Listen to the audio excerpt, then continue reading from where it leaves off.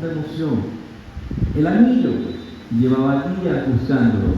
Su acto es más que honestidad, es integridad, le dijo a la señora. Don Héctor se dirigió a Sofía y luego a Andrés. Señor, usted debe ser su afortunado esposo, le dijo Andrés.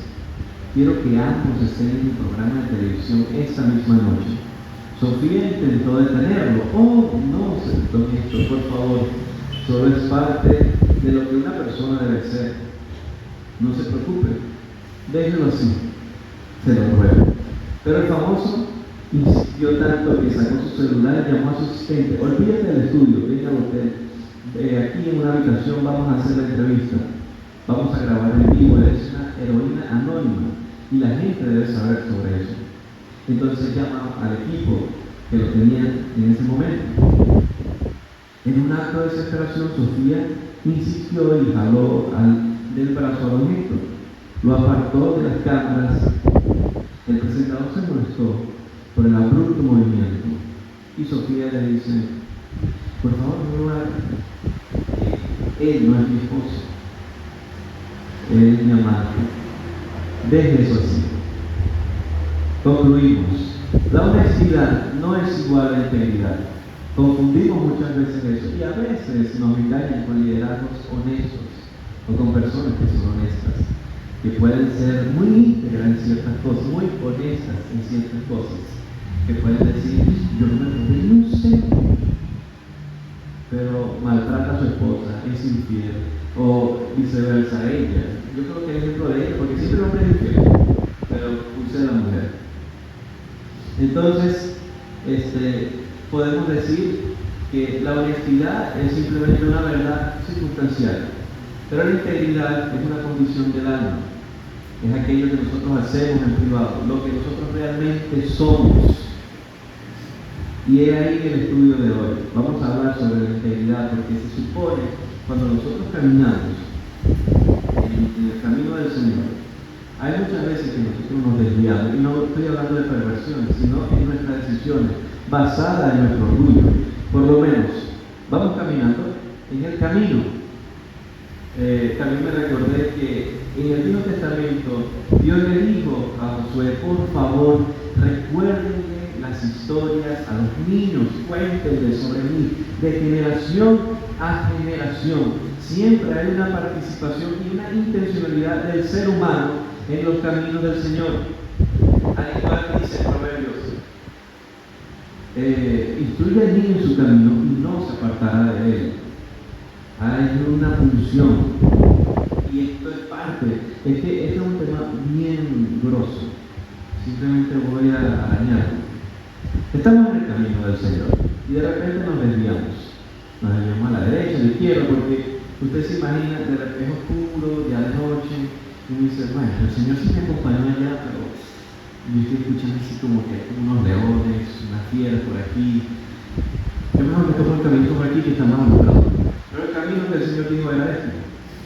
Bueno, regresamos golpeados, había, ¿cómo se llama? Espinas, nos cortábamos con los precipicios, desniveles, y bueno, ahora caminamos más lento, heridos, la brisa nos acaricia las heridas, pero eso no era lo que el Señor quería. Me acuerdo que un hermano una vez, un amigo me dijo: suena tonto, pero sí es real. No creo que Dios quería que Jonás llegara nomás la tomada. Bueno, no creo que Dios quería que Jonás llegara a Nínive hediondo a pecado. Y hay muchas veces que nosotros caminamos los caminos del Señor hediondo a pecado. Por lo mismo, falta de integridad. Y quiero que separen eso. Hay algo que siempre he visto en el cuerpo de Cristo, y es algo que me golpea con mucha fuerza y me da una rabia inmensa. La dicotomía, esa incongruencia entre lo que dices y lo que eres. Entre decimos sí, ¿qué tal? Y de repente soy un astuto, pues si tengo la oportunidad de aprovecharme del pecado, me lo aprovecho, si tengo la oportunidad de hacerlo malo, lo hago, porque es que, bueno, tengo que hacerlo, porque es latino. tengo que aprovechar las oportunidades, tengo que barrerme a las personas. Y no, cuando usted entra en ese camino, su conciencia cambia y se vuelve el Espíritu Santo. Y el Espíritu Santo es quien guía. Y usted empieza a lidiar con esas espinas llamadas Espíritu Santo. Cuando usted hace algo malo, lo golpea con tanta fuerza. Y lo vuelve al camino, pero golpeadito, porque va a ser la voluntad del Señor. Y a usted le pertenece a Él. Entonces, hablaré de esta dicotomía. Por eso dije que es una habitación complicada, llena de espejos.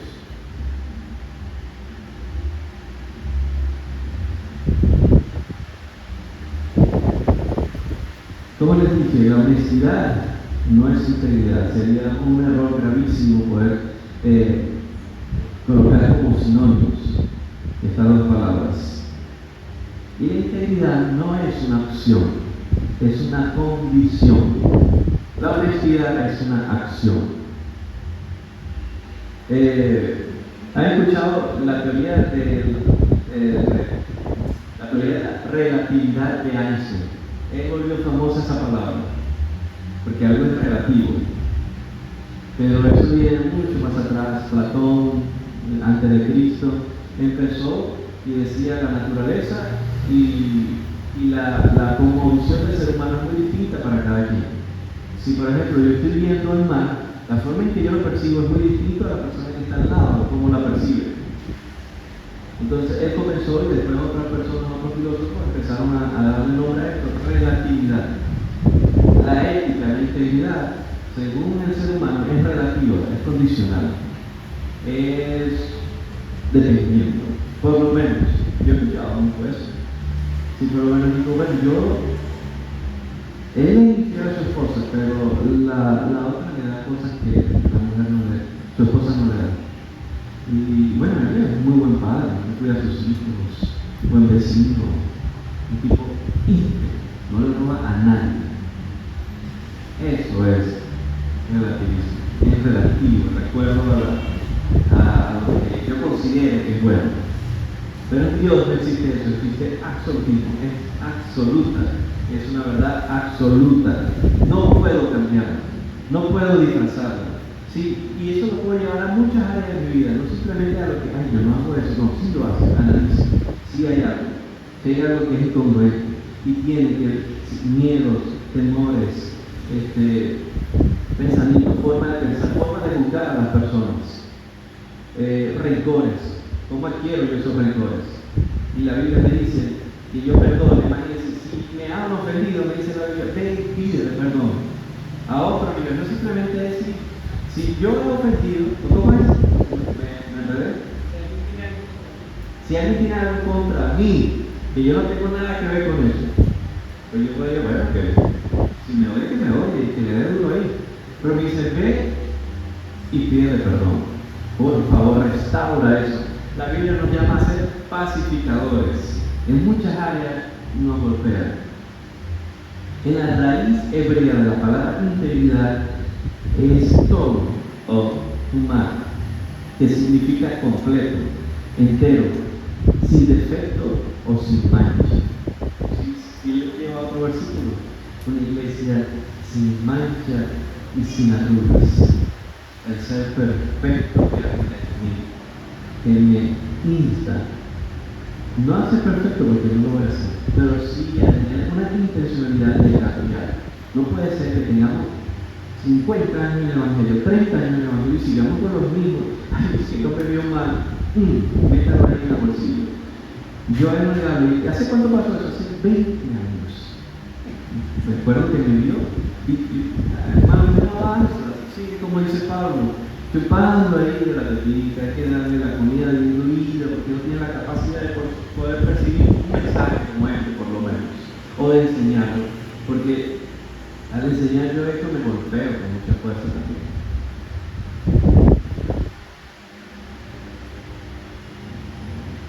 En Mateo capítulo 6 dice, no lo busquen, 2 amos no pueden servir a un señor. Lo leo, ninguno puede servir a 2 señores, porque aborrecerá a uno o amará al otro, o estimará o menospreciará al otro. No puede servir a Dios de las riquezas, no puede servir a Dios y a los rencores, a Dios y a los temores, a Dios y a la astucia, a Dios y a todo lo que podamos tener. Tenemos que empezar a romper, a tener una vida íntegra. ¿Saben qué? La Biblia dice que nosotros somos cartas abiertas, las personas nos leen. Y muchas veces dicen, por lo menos he escuchado a un pastor que decía, y un pastor muy renombrado, que yo respeto mucho por su enseñanza, que digo, me da a veces pena decir que soy pastor cuando estoy en un lugar donde no me conocen. ¿Y usted qué es? ¿Cuál es su profesión? Porque yo sé inmediatamente, no porque me avergüence del Señor, pero yo sé inmediatamente lo que va a venir a su mente. Va a decir, este es un ladrón, este es tal. Así como usted dice, yo soy cristiano. ¿Por qué? Porque el cristiano robó, el cristiano se aprovechó, el cristiano hizo esto, peor que la gente del mundo. Y eso no es así, no debería ser así. Nosotros somos cartas abiertas, debería ser una carta limpia. Por supuesto, no perfecta, tiene sus arrugas por aquí, pero que siempre está dispuesta a cambiar. John Piper dice, nosotros nunca dejamos de aprender, eso termina cuando morimos. Es decir, la humildad de seguir aprendiendo aún, todo el currículo, los estudios y todo lo que sé de los caminos del Señor, puedo seguir aprendiendo. Gálatas 2:20, ahora sí. Les explico. Pablo le escribe a la iglesia de Galacia. En el capítulo 2, para no dar un contexto de la carta de Gálatas, porque ya lo hemos dado, pero sí un poquito del capítulo 2. El capítulo 2 de la carta de Gálatas se basa en una exposición del apóstol Pablo contra ciertas prácticas judaizantes que ya venían. Pero él viene y dice, comencemos Gálatas capítulo 2, versículo 1. Después, pasado 14 años, después de 14 años, subí otra vez a Jerusalén, se le pasó bastante tiempo, y subí con Bernabé, y no sé si se acuerdan que sus viajes empiezan con Bernabé, y no es Pablo y Bernabé, no es Bernabé y Pablo. Bernabé llevó a Pablo, llevando también conmigo a Tito, que Tito no era judío, pero según una revelación, y para no correr o haber corrido en vano, expuse en privado a los que tenían cierta reputación el evangelio que predico entre los gentiles. Mas ni aun Tito, que estaba conmigo, con todo y ser griego, fue obligado a circuncidarse. Él empieza a exponer todas esas circunstancias y dice, Tito, yo no lo obligué a circuncidarse. Pero los judíos dicen que sí tienen que circuncidarse. Pero el problema va aún mayor, porque él viene como de macro a micro. Y lo va diluyendo hasta llegar al punto central que es Gálatas 2:20. Después que expone todo eso, que ahorita vamos a hablar, él dice, con Cristo estoy juntamente crucificado. Ya no vivo yo, mas vive Cristo en mí.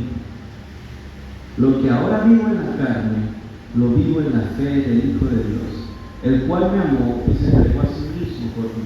Pero voy a traducir, con Cristo estoy juntamente crucificado. Quiere decir que él dijo que aquel que quiera servirle también tome su cruz. Por supuesto, no voy a cargar la cruz de Cristo, sino la mía. Pero esta cruz muchas veces pensamos que son circunstancias difíciles de la vida, que sí vamos a vivir, pero mucha gente lo vive sin ser cristiano. Esta cruz también es parte de ese cambio que el Señor viene y nos salva. Pero ¿por qué para Pedro? Imagínense, Pedro, que Dios le dijo, compañero, que esta roca edifica mi iglesia. Jesús, después de haber resucitado, se tomó el tiempo de ir a Pedro y le dijo, Pedro, los peces, Pedro, ¿qué pasa con los peces? Ama más a esos peces que a mí. Y bueno, todo lo que sabemos, apacienta mis ovejas. Uno lo ve en el contexto humano Oye, es un desvío de todo lo que tenía que hacer Jesús, porque tenía el tiempo contado. Se fue hasta donde Pedro, un personaje.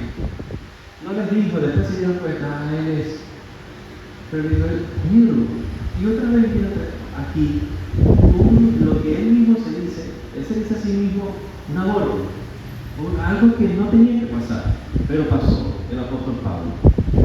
No fue elegido por Jesús, pero sí fue elegido por Jesús, si me explico.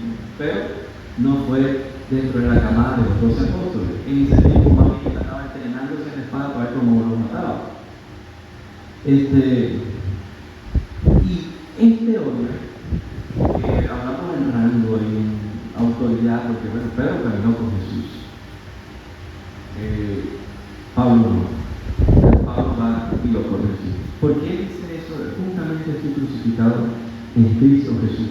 Lo podemos ver en Gálatas 2, del 11 al 13.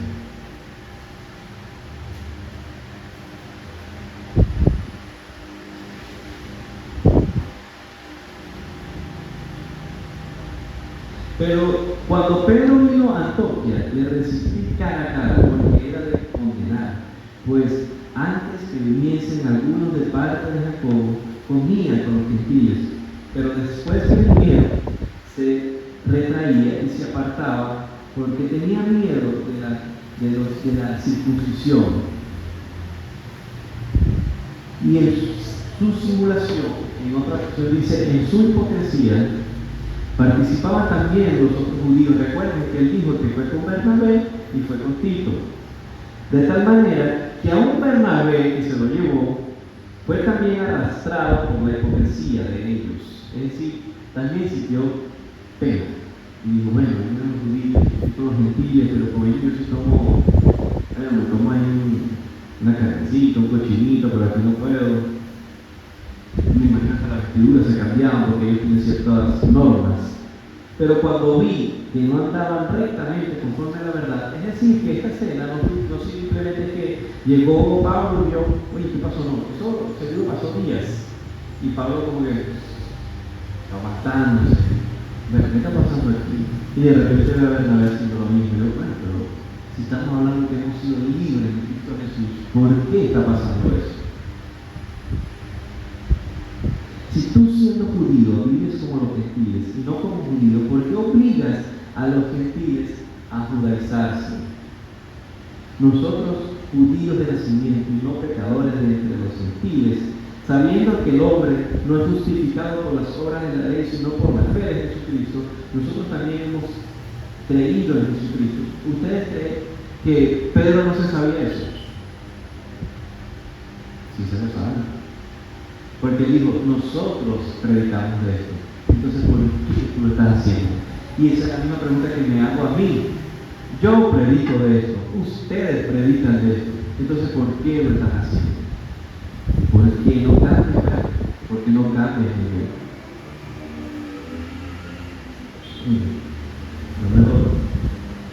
No me toca a mí. No sé qué me pasa un accidente.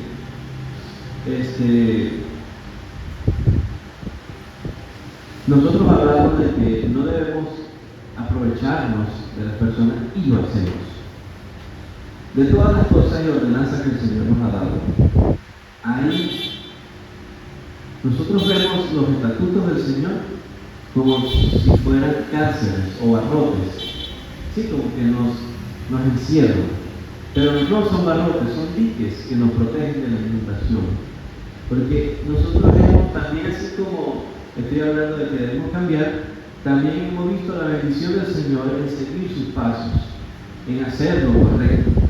Al tiempo siempre el trigo se separa de la cizaña y se mantiene el trigo levantadito.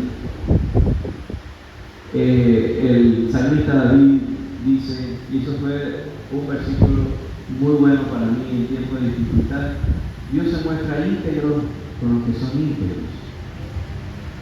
Él levanta mi cabeza. Hay momentos donde uno sabe que si hace una cosa que no deberíamos hacer, entonces uno dice, me puedo vengar y lo puedo destruir.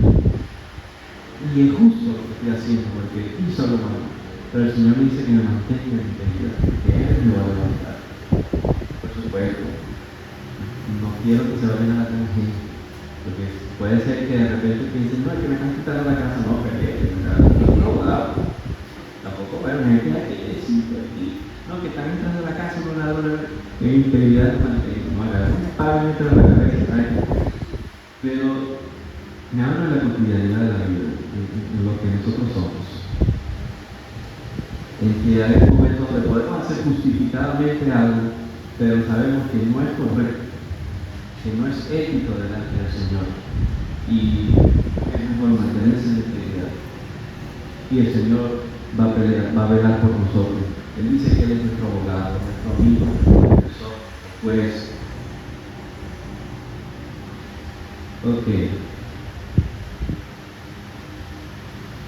En ninguna manera, 18, porque si las cosas que destruí, las mismas, las vuelvo a edificar, transgresor me hago. Y se golpea. Porque yo por la ley soy muerto para la ley, a fin de vivir para Dios. Con Cristo estoy con Cristo estoy juntamente crucificado. Es decir, que si yo hablo sobre esto, y entonces practico eso, entonces ustedes recuerden ese versículo y digan, yo estoy crucificado juntamente con Cristo. Mas no vivo yo, sino que Cristo en mí. ¿Y sabe quién es Cristo? Para muchas personas es un poeta, es un profeta, es un filósofo. Para el pueblo de Israel esperó a un rey que conquistara naciones, sin embargo él conquistó corazones. Su nacimiento fue entre ovejas y se exaltó delante de pastores que eran los rechazados de la sociedad. Pero Cristo es el Rey de Reyes. Dice Apocalipsis que los ancianos, que son gente de autoridad, que tenían coronas, se las quitan delante de él constantemente. Y no es un ritual, es una emoción porque nadie puede contenerse delante de él. El que nosotros conocimos como el carpintero, el rey que colocaron, el rey de la cruz, todo eso eran facetas de él, pero no es él. Él es el Rey de Reyes. Él es el Jesús del pesebre. Él es el carpintero. Pero su esencia, lo que realmente es, estuvo antes de la creación. Bueno, ese ser infinito que lo controla todo, que dice que todo fue creado por Él y para Él, por medio de Él, que los ángeles, principados, potestades, todo está bajo su nombre, habita en mí. Su sacrificio habita en mí. Eso es lo que está diciendo Pablo.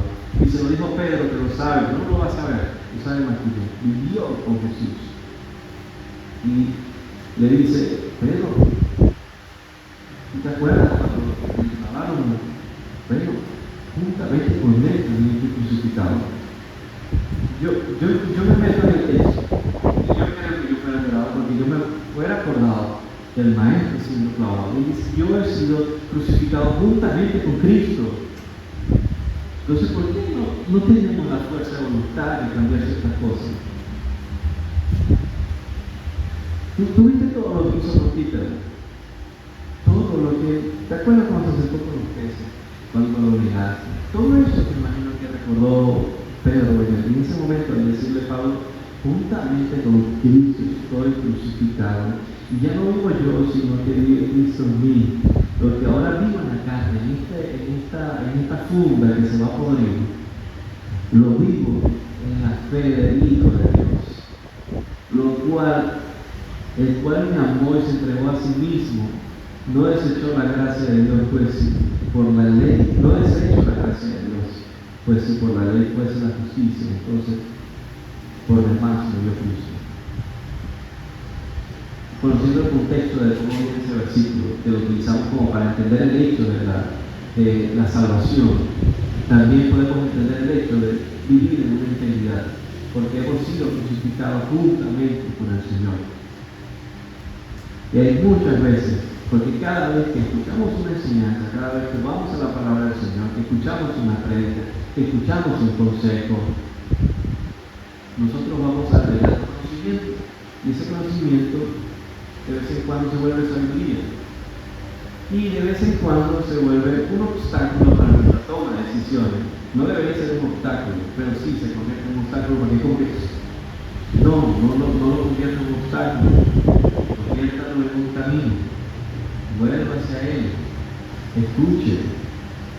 Pero muchas veces donde nosotros como seres humanos somos orgullosos y no tomamos las decisiones correctas basadas en lo que entendemos del Señor, sino en lo que nosotros creemos o en lo que nos conviene. Nosotros tenemos que pensar un poco más en un presente continuo que un presente hacia atrás.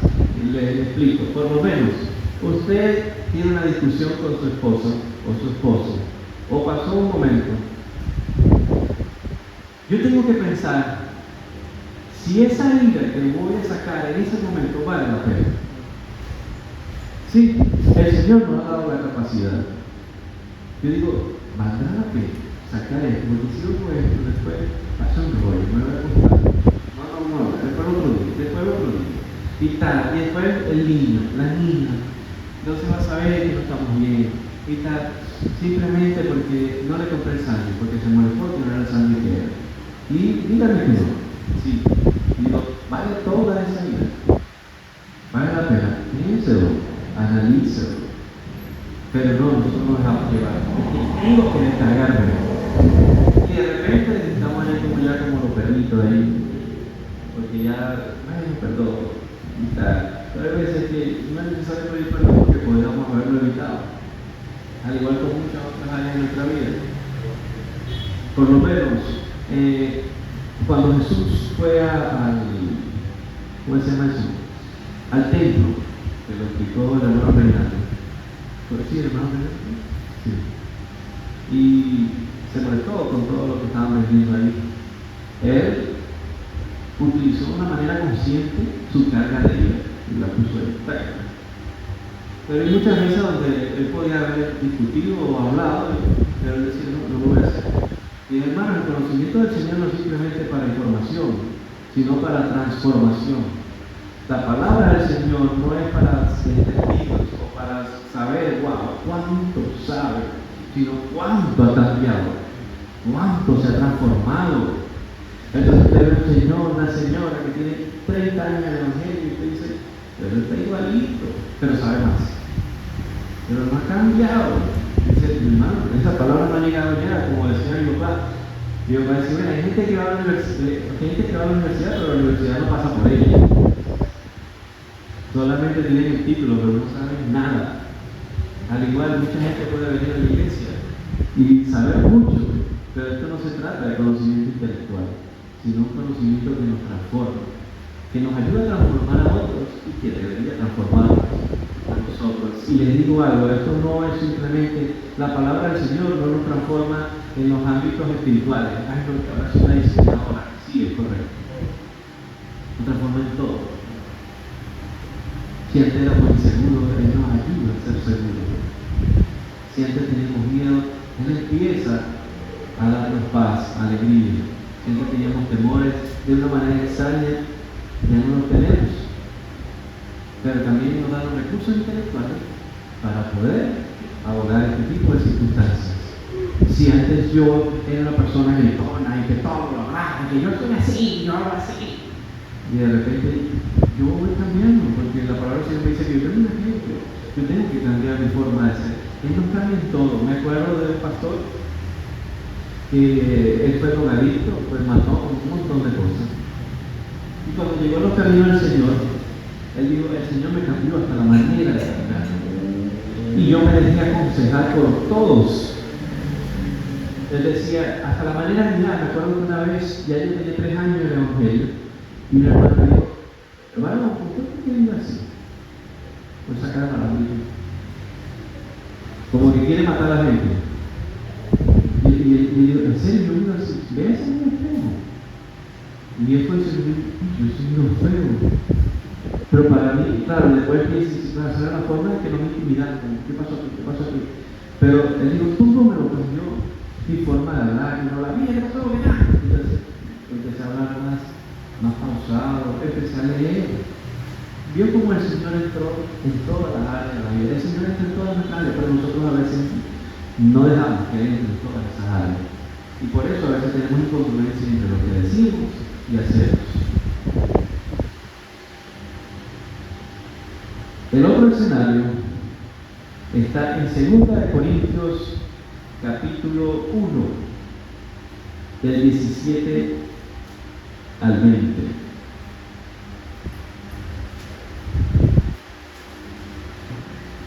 Les explico un poquito el contexto de 2 Corintios capítulo 1. A Pablo lo están acusando de que parece que él no es un apóstol, porque el hombre cambia de planes. De repente dice, ¿vas a viajar para acá? No, y Pablo no viene, como que si fuera falta de palabra. Nosotros las personas somos muy buenas para eso, ¿no? Por ejemplo, hemos visto que Víctor es muy correcto, pero de repente Víctor se quedó una vez. Y claro. Hemos visto que Samuel canta muy bien, pero un día se le fue el gallo y se desafinó. No sirvió para nada. No sirvió, ya se fue. Y así somos. Y si lo llevamos al área laboral, la persona es perfecta, pero el día ese estaba mal y se equivocó. Y la raya completa, porque yo soy un ser tan perfecto. Nos colocamos en esa silla de narcisista. Y si yo soy un ser tan perfecto. Si usted se ve por qué es que a veces está tan solo, porque yo creo que a veces uno se siente muy perfecto. Y me dice, oye, creo que las personas nunca cambian, no tengo la capacidad de soportar tantas cosas. ¿Y usted quiere, si yo me pongo y digo, yo quiero ser como Cristo, a tu imagen, Señor, ayúdame a ser como tú? Yo le diría a mi hermano, pero ¿por qué no ahora, Señor, ayúdame a soportar y amar como tú amaste a esos 12 cabezones? Ahora un tipo, unos estafadores, otros eran ladrones, otros eran bravucones. Y no solamente es que, como usted y yo que estamos hablando y nos vemos unos 2 o 3 días a la semana, todos los días se veían, compartían la mesa, tenían que cuadrar donde iban a hacer sus necesidades, todo eso. Y Jesús los soportó y los amó. Pero nosotros no podemos soportar el error de una persona. Eso es lo que está pasando aquí con los perfectos de los corintios. Que ellos le dicen a Pablo parece que cambió de planes. Y de repente digo, ellos le empiezan a acusar. Y por otras cositas, como que bueno, no es tan judío, no es tan gentil. Ahorita lo vamos a leer. Y el punto es que, y no es que pasó algo, sino que simplemente Pablo, bueno, yo no me imagino a Pablo, yo no le tengo que rendir cuenta en ese sentido. Si el Señor me llama a otro lugar, voy a otro lugar. Y ellos le dicen, bueno, pero tú tenías que decir que iba para allá, que iba para acá. Creo yo que lo que estaba pasando ahí es como que la rendición de cuentas. Ustedes no están rendiendo las cuentas bien y en la otra persona preferimos escuchar a la otra persona. Y esto también lo podemos enfocar en el hecho de la amistad. La Biblia dice que Jesús no le dijo a los apóstoles, mira, yo soy su compañero, yo soy su acompañante. Yo soy su guía del camino. Yo le digo, yo soy su amigo. Y ese es el top de las relaciones humanas. Y hay muchas veces que no tenemos, o intentamos relacionar por el hecho de que nosotros mismos levantamos esas barreras de personas perfectas que no podemos soportar la imperfección de otras personas. Entonces, no nos acercamos y ellos tampoco se van a acercar a nosotros. Pero Jesús sí, fue simple. Fue humano, fue sencillo. Que Pedro se y que cayó. Pero es que no, mi madre me enseñó que eso es una persona mal educada. Y yo la detesto, no le invito más a la casa. Porque es que tú no haces nada. Y así vamos, analícese. Y sabe que esa bobería que usted cree que son todas, le impide profundizar en la relación. Y Jesús nos dijo que nos hagamos amigos. Es tanto así que Proverbio dice, un amigo es más que un hermano en tiempos de angustia. Yo lo he vivido. En momentos difíciles han llegado personas a mi vida que me han ayudado. ¿Y saben por qué? Saben que yo estaba pasando por ese momento. Porque estaba feliz de mí. No es que llegó una mariposa, sabía. Y de repente, al igual que nosotros lo podemos hacer, porque hay una intención de yo acercarme. El que ha de estar amigo a hacerse amigo. Y hermano, esto de la integridad toca todas las áreas. Vamos a 2 Corintios capítulo 1. Vamos a leer a partir del versículo 10, por favor. ¿Alguien me puede leerlo con una voz férrea estilo?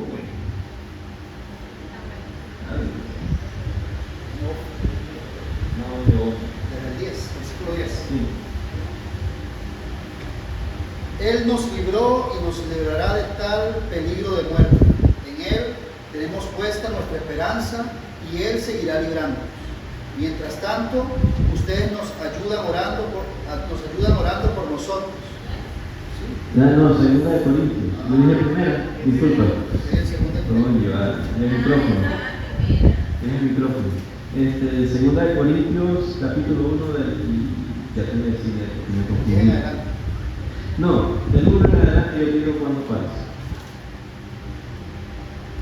Pablo, apóstol de Jesucristo por la voluntad de Dios, y Timoteo, nuestro hermano, a la iglesia de Dios que está en Corinto y a todos los creyentes en toda la región de Acaya. Que Dios, nuestro Padre y el Señor Jesucristo les concedan gracia y paz. Bendito sea Dios y el Padre de nuestro Señor Jesucristo, Padre misericordioso y Dios de toda consolación, que nos consuela en todas nuestras tribulaciones, para que con el mismo consuelo que Dios nos ha dado, también nosotros podamos consolar a todos los que sufren. Pues, así como participamos abundantemente de los sufrimientos de Cristo, así también por medio de Él tengamos abundante consuelo. Si sufrimos, es para que ustedes tengan consuelo y salvación. Y si somos consolados, es para que ustedes tengan el consuelo que los ayude a soportar con paciencia los mismos sufrimientos que nosotros padecemos. Firmes en la esperanza que tenemos en cuanto a ustedes, porque sabemos que, así como participan de nuestros sufrimientos, así también participan de nuestro consuelo. Hermanos, no queremos que desconozcan que las aflicciones que sufrimos en la provincia de Asia, estábamos tan agobiados bajo tanta presión que hasta perdimos la esperanza de salir con vida. Nosotros sentíamos como sentenciados a muerte, pero eso sucedió para que no confiáramos en nosotros mismos, sino en Dios, que resucita a los muertos. Él nos libró y nos librará de tal peligro de muerte. En Él tenemos puesta nuestra esperanza y Él seguirá librándonos. Mientras tanto, ustedes nos ayudan orando por nosotros. Así, muchos darán gracias a Dios por nosotros a causa del don que se nos ha concedido en respuesta a tantas oraciones. Ok, él está hablando y le está diciendo esa necesidad que tienen ellos, ¿verdad? Ellos como su cuerpo ministerial, esa carga que tienen por los corintios. Y les explica lo que pasó en el viaje a Asia. Les está diciendo toda esta explicación también para poder llegar a decirle, pasaron estas circunstancias, por eso también hubieron cambios de planes.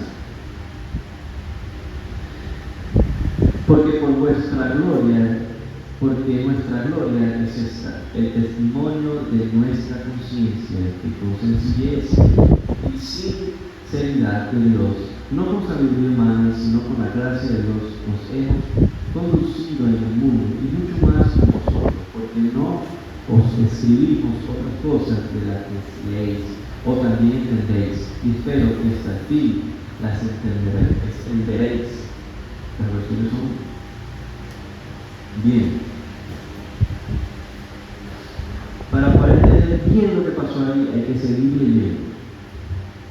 Sin embargo, tengamos en cuenta, están acusando a Pablo, falta de integridad, de que no es apóstol. Y Pablo empieza a defenderse, y aquí conocer en el 17. Así que proponerme esto, use quizás de ligereza, o lo que pienso hacer, lo que pienso según la carne, para que haya en mí sí y no. Antes bien, como Dios es fiel, nuestra palabra a vosotros no es sí y no, Porque el Hijo de Dios, Jesucristo, que entre vosotros ha sido predicado por nosotros, por mí, por Silvano y Timoteo, no ha sido sí y no, sino que ha sido sí en Él. Porque todas las promesas de Dios son en Él sí y en Él amén. Entonces Pablo empieza a explicar también parte de su conducta. Y es lo que le está diciendo. Nosotros tenemos que ser sí en Él y en Él amén. Me dice, bueno, entonces vivimos para Él y lo expresamos a Él y expresamos de Él y somos el amén, así sea. Somos la voluntad del Señor. Se supone que hemos sido liberados y buscamos la oración, lo que estudiamos allá en Chicago, que no oramos por el hecho de que, bueno, Señor, manda aquí y dime tu voluntad, sino para alinearnos a esa voluntad, entender su voluntad. Y su voluntad abarca muchísimas cosas y interesa nuestra vida, nuestra forma de ser. Sin embargo, aunque hay una intención de Pablo al exponer la hipocresía y la falta de integridad de Pedro y al defenderse de una falsa acusación, también debemos recordar que la obra es del Espíritu Santo. Sin embargo, también nosotros hacemos nuestra parte, pero ahí también está el consuelo. Muchas veces hay áreas en nuestra vida que nosotros no podemos cambiar por el simple hecho de disponernos a cambiar, pero sí podemos decirle, Señor, en esta no puedo, pero ayúdame, dame las herramientas, enséñame. No sé, Señor, tal vez me criaste y guardo muchos recuerdos. Señor, tal vez todas las circunstancias que he vivido, tengo muchos temores y de verdad que me he gozado. Señor, no sé, la gente dice que hablo muy fuerte, que humillo a las personas, pero no es lo que quiero, pero ayúdame. Señor, en todas las áreas que puedo tener, ayúdame. Por tanto, nosotros también, teniendo en derredor nuestro tan grande nube de testigos, despojémonos de todo peso y del pecado que nos asedia, y corramos con paciencia la carrera que tenemos por delante, puesto los ojos en Jesús, el autor y consumador de nuestra fe. Estando convencidos, eso estaba en Hebreos, la siguiente, estando convencidos precisamente de eso, que el que comenzó en vosotros la buena obra, la perfeccionará hasta el día de Cristo Jesús. Amén. Hay una canción que dice, he decidido seguir a Cristo, he decidido seguir a Cristo, no vuelvo atrás, no vuelvo atrás. Siempre que leo este versículo dice, el autor y consumador de la fe. Lo dejo todo en Él, mis cargas, mis angustias, mis problemas futuros. ¿Cómo sé cuál es la voluntad de Dios para mi vida? He decidido seguir a Cristo, correr la carrera con paciencia. De vez en cuando, Señor, ayúdame, de vez en cuando me propongo en cambiar. Y digo, Señor, pero eres seguirle hasta que mis ojos se cierren en esta vida. Mis hermanos, la vida es corta, extremadamente corta. Yo analizaba junto a mi hermano y decía, ¿cuánto me quedará tantos años? ¿Cuánto me quedará a mí? Cuando yo tenía 10 años, yo veía a la gente de 30 años, eso ya está, pero que se van a morir. Y ya ahorita los tengo, todavía digo, no siento que vaya a morir, pero voy a morir. No vivamos bajo los afanes de este mundo. Por supuesto, tenemos que trabajar, tenemos que esforzarnos, pero no con la mirada puesta en nada de estas cosas, sino en Cristo, en Jesús. Oremos. Señor, gracias. Gracias por tu palabra, Señor. Tu palabra que es una espada de doble filo, Señor. Ayúdanos en aquellos momentos donde toque defender la fe y en aquellos momentos donde la fe nos toque a nosotros, Señor, a estar dispuestos a ser sabios. El hecho de saber escuchar la sabiduría, de saber adquirirla a través del conocimiento, a través de las otras personas. Te doy gracias por todo lo que enseñan aquí, por las enseñanzas. Gracias por permitirme estudiar, porque también aprendo a estudiar, Señor. Bendice, Señor, a cada uno de los que están aquí. Bendice a aquellos que no pudieron venir. Guárdalos. Bendice a los hermanos que están pasando por momentos difíciles de necesidad. No los conozco, salud, enfermedad, circunstanciales. Ayúdales. Y que, Señor, en esos momentos difíciles podamos levantar nuestra mirada y saber quién nos espera, Señor, al final de la carrera. Nos espera el Rey de la Vida, Señor. En el nombre de Jesús. Amén.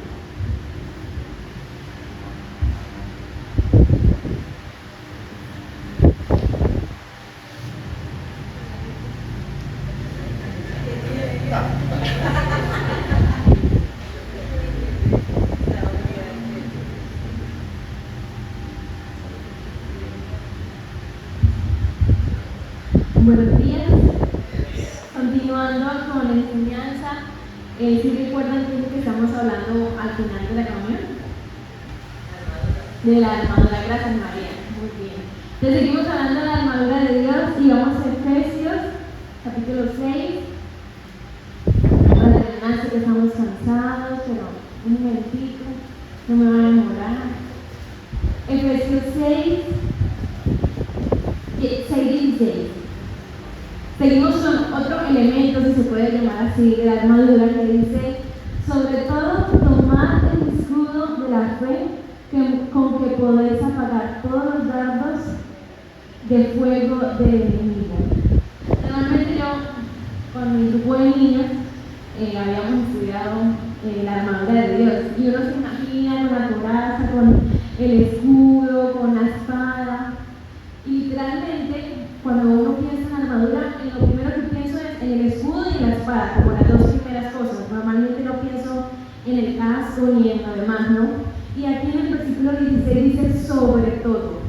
O sea que es como lo principal, lo primordial, el escudo. ¿Y por qué el escudo de la fe, no? ¿Por qué el escudo de la fe?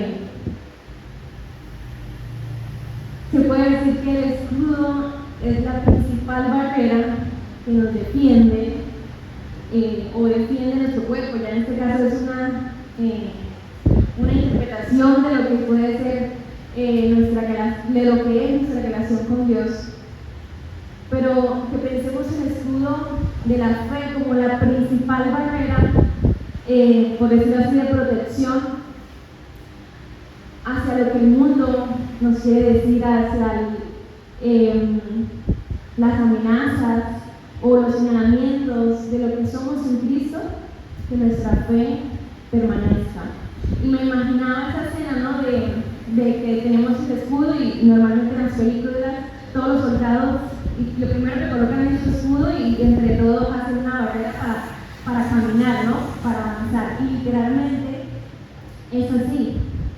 En Hebreos 11:1, si vamos a Hebreos, vamos a encontrar el título de la fe, que por la fe Moisés, por la fe Abraham, por la fe, por la fe, por la fe, por la fe. Entonces,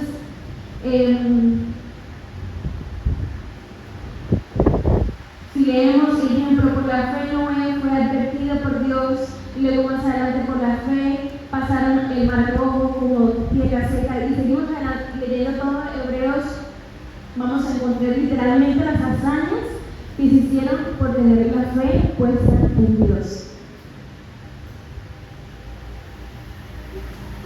Y cuando leía esto, además de pensar en ese episodio de ir dando paso a paso, reconociendo en quién confiamos y en dónde tenemos nuestra mirada, porque también leyendo Hebreos, muchos de ellos murieron sin ver la recompensa terrenal, pero pensando en la celestial. Y asimismo, nuestra mente, nuestro corazón, dando paso a paso, confiados en quién tenemos, y que las amenazas, los señalamientos de este mundo no nos impidan hablar de nuestra fe, porque muchas veces, algo que mencionaba alguien, como que nos da pena decir soy cristiano, como que mejor me callo en decir que soy, por incomodidad, por sentirnos señalados, pero realmente nuestra vida, la primera defensa que tenemos es en quién confiamos y a quién le pertenecemos. Y solamente eso lo podemos entender cuando sabemos quién es Él, en quién hemos confiado, en la obra de Dios, en que ella es perfecta, en que ella es completa, y teniendo la certeza de que si en este mundo seguirán las aflicciones, seguiré con mi escudo, un paso a la vez, nuestro galardón está en el cielo. Y en Efesios 2 nos habla de que la fe es un don de Dios, y que por medio de la fe, no por obras, sino por la gracia de Dios la recibimos. También en Romanos tenemos paz para con Dios por medio de la fe.